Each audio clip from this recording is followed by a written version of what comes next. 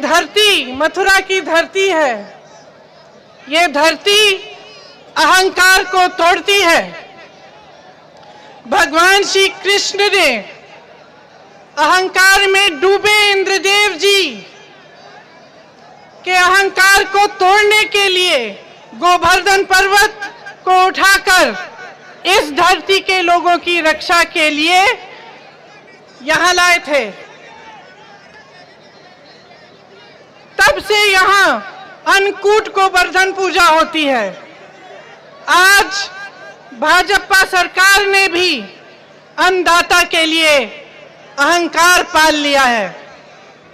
देश के लाखों किसानों जिन्होंने इस देश की जमीन को सींचा, जिन्होंने इस देश को जीवित रखा है, जिन्होंने इस देश की सीमा पर अपने बेटों को आपके लिए, हमारी सुरक्षा के लिए शहीद होने भेजा, आज वो किसान सड़क पर बैठा है। 90 दिनों से देश की राजधानी की बॉर्डर पर अपने अधिकारों की लड़ाई वो किसान लड़ रहा है। 215 किसान शहीद हुए। 90 दिनों से अपने अधिकारों की मांग करते हुए सड़क पर बैठे रहे। इस सरकार ने बिजली काटी, पानी बंद किया, मारपीट कराई, उन्हें प्रताड़ित किया, लेकिन उनकी बात नहीं सुनी, उनकी सुनवाई नहीं की। प्रधानमंत्री जी जो अपने शासनकाल में दुनिया के हर कोने तक पहुंच पाए, वे दिल्ली, इस देश की राजधानी जिसमें वो रहते हैं, उसके बॉर्डर तक नहीं पहुंच पाए। आपसे, किसानों से बात करने के लिए वो न आए, न उन्होंने किसी को भेजा, और आपकी समस्याएं, उनकी सुनवाई नहीं हुई।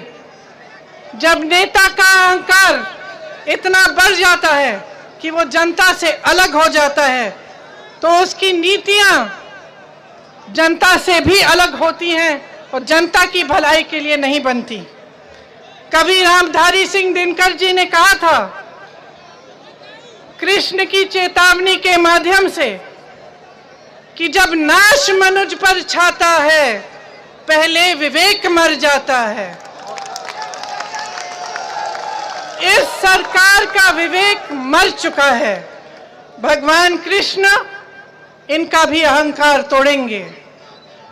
आप सब अच्छी तरह जानते हैं कि पिछले सालों में आलू के किसानों की कितनी समस्या हुई थी। जब कोल्ड स्टोरेज का भाड़ा आलू की कीमत से बढ़ गया था, कई ऐसे किसान थे जिन्होंने आलू सड़क पे गिरा दिए थे क्योंकि कीमत नहीं मिल रही थी। तब से आज तक क्या परिवर्तन आया है? जिस सरकार ने आपको तमाम वादे किए थे कि आपकी आमदनी दुगनी होगी, आपको बकाया मिलेगा गन्ना का, उसने आपके लिए कुछ नहीं किया। आप सब जानते हैं कि गन्ने का बकाया 15,000 करोड़ रुपए है। आज पूरे देश भर का बकाया है ये। इसी प्रधानमंत्री ने अपने लिए 2 हवाई जहाज खरीदे हैं। उन 2 हवाई जहाजों की कीमत 16,000 करोड़ रुपए है। आपके बकाये की कीमत 15,000 करोड़ रुपए है। आपको बकाया नहीं मिला, लेकिन प्रधानमंत्री जी ने अपने लिए 2 हवाई जहाज खरीदे। ये उनकी नीयत है। समझ लीजिए, गन्ने के दाम वही के वही हैं। पेट्रोल डीजल के दाम बढ़ते चले जा रहे हैं। आज बिजली के दाम बढ़ते चले जा रहे हैं।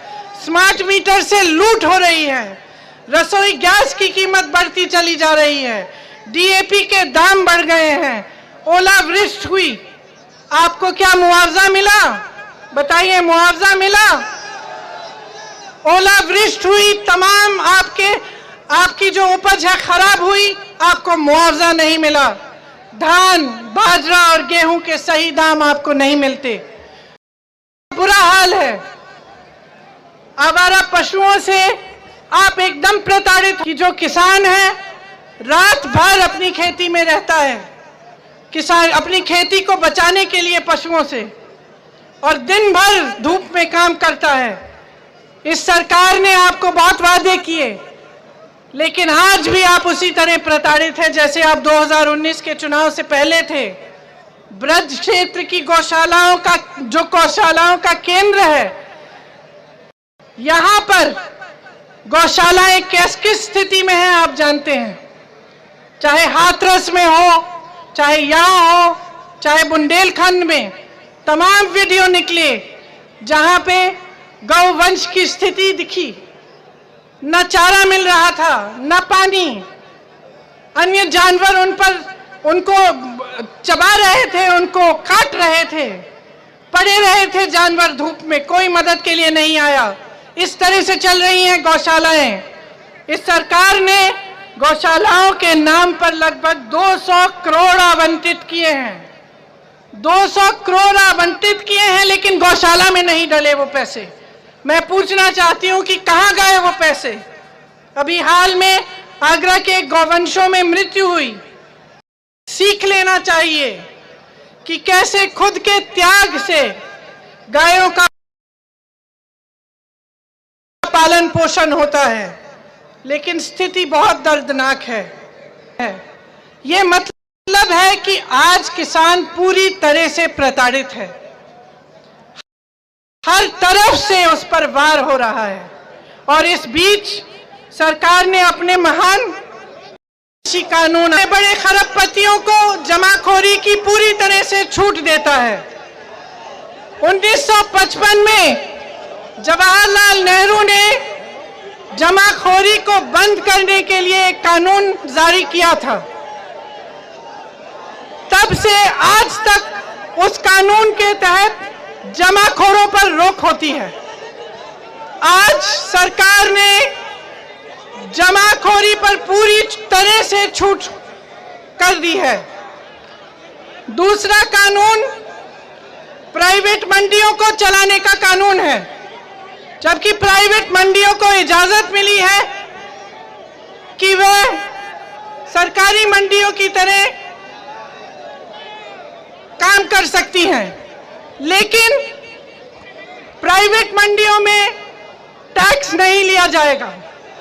इसका मतलब यह है कि आगे चलते लोग प्राइवेट मंडियों में जाएंगे और सरकारी मंडी पूरी तरह से बंद हो जाएगी। इसके होने से जो आपको न्यूनतम समर्थन मूल्य मिलता है, जो आपकी गारंटी होती है सरकारी मंडियों से, वो पूरी तरह से बंद हो जाएंगी। उनके बंद होने से सिर्फ आपका, किसानों का नुकसान नहीं होगा, लेकिन जो खेत में मजदूरी मिलती है वो भी पूरी तरह से नहीं मिलेगी, और राशन कार्ड से जो आपको मिलता है उसमें भी परिवर्तन आएगा, क्योंकि जब न्यूनतम समर्थन मूल्य बंद होगा तो हर चीज पर असर होगा। तीसरा कानून ये है कि आपके साथ बड़े बड़े खरबपति आपके गांव आकर आपके साथ सौदा कर पाएंगे। कैसा सौदा? कॉन्ट्रैक्ट पे खेती करेंगे।